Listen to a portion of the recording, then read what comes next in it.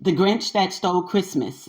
Today we're going to discuss the problems associated with breaking tradition and the NFL's decision to partner with Netflix for two doubleheaders on Christmas Day. We're also going to discuss the final decision of Kiyan. Yes, Kiyan Anthony has made his decision to commit to Syracuse University's basketball program. And we're going to talk about some of the highlights of what that program might encounter by having him as one of their newly recruits. Notwithstanding some of the pros and cons of his attending Syracuse University. So let me jump right in. For decades, most of us who grew up in basketball or football households know that on Thanksgiving and Christmas Day, unless you celebrate like some of us also Hanukkah, how the NFL and the NBA would utilize those two holidays for traditional basketball and or football. Well, the Grinch that stole Christmas this year is going to be Netflix. Yes, the NFL and Netflix have partnered so that they can showcase two doubleheaders involving two of the top 5 teams in the NFL. So they will be highlighted and showcasing Patrick Mahomes and Kelce. You already know, the 5-time Super Bowl champs on Christmas Day for the 1 o'clock game on Netflix. But the 4 o'clock game is what is causing a lot of buzz. And that is because Beyonce will be highlighting the halftime show to do Cowboy Carter. There were some who thought she would actually perform for a Dallas Cowboy game. They are much more conservative, if you will, than that of the NFL's Texans. CJ Stroud and his boys. Yeah, you know how they do. So at any rate, they're going to be allowing her to perform. You do know the role of Sean Carter, her husband, Jay-Z, and his involvement in putting together talent for halftime shows to include but not be limited to the Super Bowl and other events. He has really utilized his position to amplify the voices, if you will, of his label to include Rihanna, and then his friendships and relationships with Usher and others in the industry. It has not necessarily been a platform that actually amplifies all of Black talent in this space, but he has utilized it in a way over the last few years to amplify the voices of his platform, Rock Nation, as well as other labels to include but not be limited to Hustle, Grand Hustle, which is T.I.'s label, and people who are associated with A&R through Sony and Arista, etc. That being said, he also utilized it as an opportunity to showcase West Coast rapping, which had never had a platform for the Super Bowl in 30 years since their existence out there. And there were reasons why. NWA and the West Coast were known to be derogatory toward Black women, using terms bitches and whores, etc. So no one wanted to hear that anytime, whether it be Christmas and or the Super Bowl, the degradation of Black women, Black culture, if you will. But they finally was able to have a platform themselves. But it is very disappointing that Netflix will now be partnering for Christmas Day. For Christmas. The partnership in and of itself is great. It gives access to over 238 million people worldwide, but it's not a global market when it comes to the Christmas Day. So it's easy for Netflix to flex its numbers. Allen Iverson has a saying wherein he says, men lie, women lie, but numbers don't. Surely, in this instance, 238 million subscribers. And I'm not even going to get involved with the legalities of using the term subscribers, because just because you have people who signed up for and or had subscriptions, it doesn't necessarily mean that they are actually in tune and or what percentage of these subscriptions are active, right? More compelling how the global market benefits local talent on a local level on Christmas Day. But nevertheless, they want to put the numbers out there, so let's work with them. Netflix has 238 million subscribers. At least that's what they say. Okay? Believing that to be true for the sake of this show, How does that translate to taking away the tradition of families in America who have always utilized Christmas Day as a day where the family can have family, food, fun, and fellowship with football? Okay? With football. They're not going to be able to do that this year because families now have to pay to have their children, grandchildren, nieces and nephews, grandma and grandpa to sit around a television, to subscribe to Netflix, to enjoy a day of football. We never had to do that before. Football has always been presented to us through tradition of the NFL, through major networks like Fox, ABC, CBS, or NBC.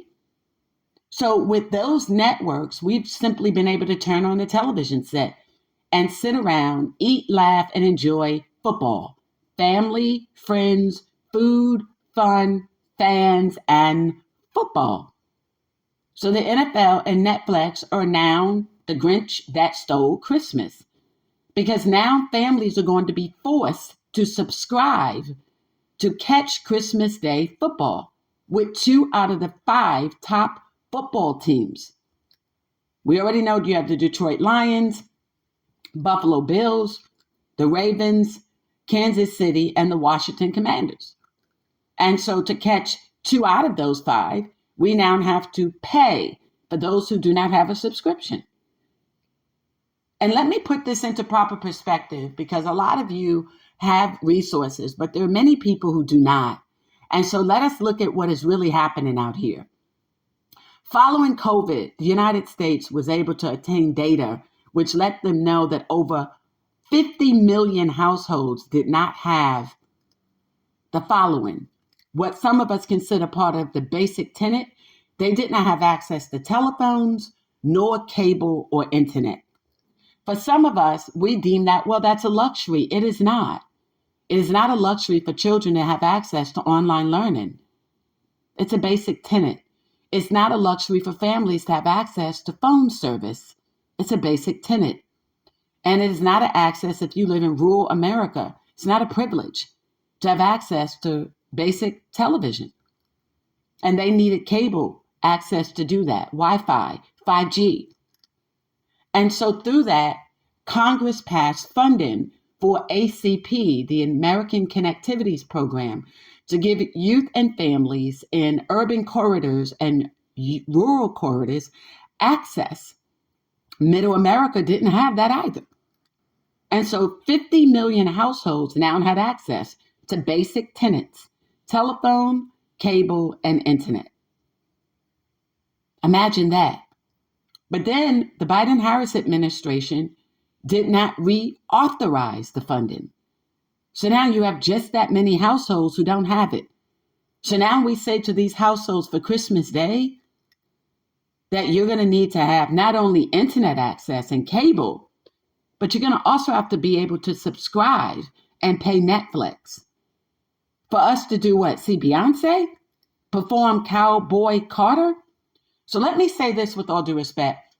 We appreciate Beyonce's music. We do. But Cowboy Carter was one of her worst albums ever. And while everyone is saying what she did was historic, it was not. Black women have been performing country music for decades. Linda Martrell is the founder, if you will, of Black women voices in country music. But even since her, you have had 5 women who have been known to perform country music.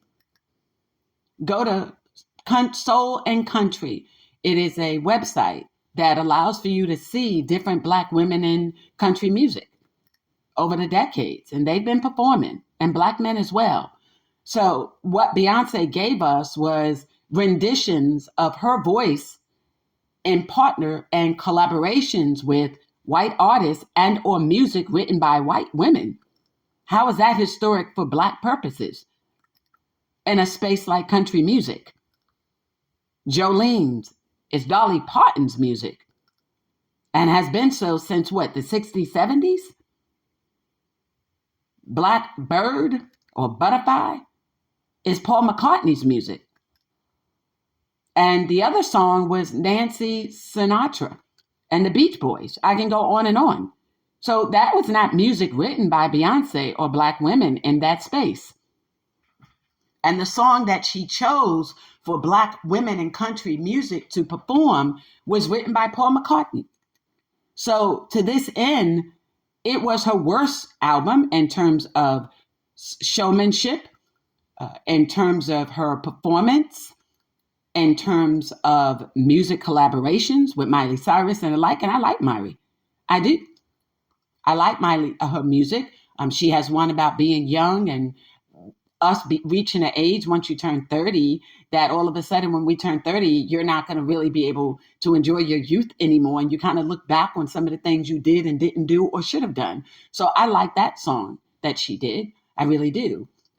Sometimes when you first hear it, it literally will make you cry because it is a form of either fearing of turning 30, or for those who have turned 30, it becomes a reflection back on your life of what you think you may not ever be able to live or relive, right?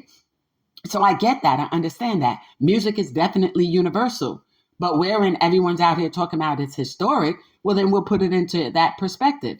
It was one of her worst albums.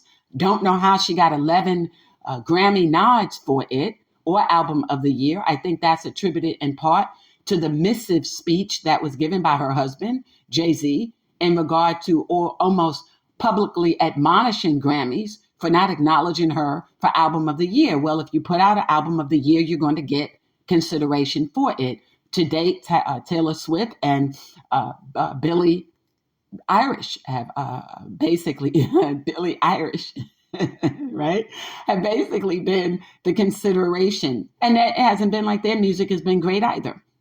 I mean, that's just where we are these days with the Recording Academy, sway into a woke generation, BLM, but in this instance, BLM isn't Black Lives Matter. It's, Beyonce loves money and she's going to go where Jay-Z sends her to make that money. And I get it. I understand it.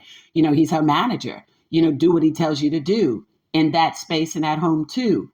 Whoop-de-doo. That being said, we value and appreciate her music, but not at the expense of breaking tradition with NFL, bringing to the households of millions of Americans and others around the world who enjoy football at Christmas time, and forcing them now to pay to stream. So we now scream, no, NFL, no, you don't break with tradition. And let's stop the lies that you're going to be able to see it on other platforms. As of date, they will not be able to see it on regular television. So to say to us, the home team will still get to view it for free, that's not how it worked on Christmas Day. So the only person getting gifts here on Christmas will be the likes of the competition of trying to present Jay-Z, Beyonce against Taylor Swift and Travis. They have the 1 o'clock show. The 4 o'clock show goes to Jay and Bay. And we should say no way. Christmas tradition is family, friends, food, fun, and football. And we don't have to pay for it. And for the millions of families that will have to pay, Beyonce and Travis and all of them being part of these billionaire clubs, if you will, at least that they want people to think, need to make provisions with the NFL and Netflix to bring that halftime show and the football games, the 1 o'clock and 4 o'clock, into the households of the American people. All of them, middle America, rural America, and urban corridors who do not have access to Netflix, cable, and or internet. Now, let's talk about Kiyan. A lot of people know of him as the son of Carmelo Anthony and Lala Anthony, the 17-year-old high school standout. But let's talk about it. He has recently committed to his father, his father's school of attendance. And I would like to use the other word, but for purpose of this show, I won't. I'm going to save y'all your comments. But there's no doubt Carmelo served Syracuse well, and as a result, was recruited to the NBA, where he played in the NBA on different teams. But we know him mostly for the New York Knicks and Denver. And he did well. There's no doubt that he did. A lot of people think Carmelo is a native New Yorker. And that's what a lot of people like to reference him as a native New Yorker, but he also lived in Maryland. And so people associate him mostly with the New York brand, and they should. He was in New York Knicks, and he did well. He played well, both offensively and defensively, and he definitely made his buckets. But his son is at Long Island Lutheran High School, and he's a decent player. He's in the top 40 for 24/7 Sports, and he ranks number 32. And this is what they do for legacy ballers. And this is what I talked about in the other show when I talked about Bronny, the NBA, nepotism, biracial, and alternatives. And that is what the acronyms for NBA now stand for on the curb. If you don't know what the curb is, look it up. Okay? And so for a lot of us, we want to be able to value, respect, and appreciate these athletes for what they can bring to the sport. I hope that Carmelo and Lala will allow for Kiyan, and I hope that Kiyan, in his own decision-making, will make the right decision. You're in an ACC program, one of the best and most competitive outside of the SEC and the Big Easy. Hello. So with him being in that program and the ACC playing some of the best talent in the country, we will now really be able to see what Kiyan can do. He's been standing behind BJ, his classmate, who's a senior and who's gone on now to enter the college spaces and his collegiate world. And so this year will be an opportunity for Kiyan, to really show us who he is and what he's about. When you're in these elite programs like the Nike elite camps, where you're averaging 19 points and, the NBPA top 100, and you are able to, average, 27 points or 28 points per game, you could do that among the elitists. But where you are out here on ACC talent, we're going to get to see you on a platform up against some of the best. And we're hoping that he's able to showcase his talent well, and that they let him develop on a collegiate level. And with all due respect, not end up like Bronny, wherein you're taking them from these collegiate spaces, respectfully, and then immediately putting them into the NBA, and then they end up in G League, or they don't do well, and they don't excel. So some of the weaknesses, respectfully, of Kiyan is his size, not simply the age, but his size. At 6'5" and 185 pounds, he's lean. And on both ends of the floor, he needs help, respectfully. Okay? We're hoping that as they transition him from senior in high school to collegiate days, that he's able to build muscle mass, build his game on both ends of the floor, and develop the strength that is needed for him to excel. Notwithstanding that, his strength is definitely worthy of us commenting on. He's a bucket maker. I mean, he definitely can shoot. He can make the baskets when he's set up to do so. And so that's his strength. But his weaknesses at this stage, despite him making these baskets on an elite side. And let me highlight this. You have a lot of kids in New York that play for the New York City public schools. The Archbishops, the Boys and Girls, the Harry S. Truman High Schools in the Bronx, DeWitt Clinton, L.I. Stevenson. You have a lot of talent in the public school systems in New York. But what ultimately tends to happen is a lot of these kids play for parochial schools or private schools, and they get more shine of recent. And doing that, you forget about the other talent that's there. New York produced the likes of a Rodney Strickland back in the day. And he, before going to school and getting transferred to Christian Academy in Virginia. He was playing for New York City, Harry Truman High School, Mustangs, where he successfully prevailed with them, where they went to the state championship twice under his leadership too. But I think at that time, I think he was a sophomore. Brantley was one of the leaders at that time. I'm a historian in this space. Trust that. Not just a sports sociologist. But I know this. And so you had players like him come out of New York, Walter Berry types. We also had, I'll go further back than that, for talent, the likes of a Jimmy Black, Cardinal Hayes, a parochial school standout.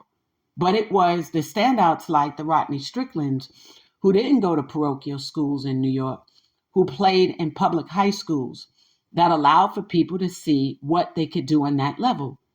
And they got mad love and respect. And they built the K through 12 following too. But then you have coaches that see that talent, saw that talent, like Coach Lappers, and they help these students get to other schools where their talent can be seen on a larger scale. And there's a problem with that. There's a problem with us taking our standouts from public high schools and bringing them to these private schools. Even they bring them down to Georgia too, Marist High School and the like. And they have positioned certain scouts from NC to a D1 programs that won't look at our public high schools, that only want to look at these parochial school standout students. Even when you look at Scotty Barnes, they took him from public high school and put him in these special private schools. And we want to label these schools as developing top talent. No, they are not.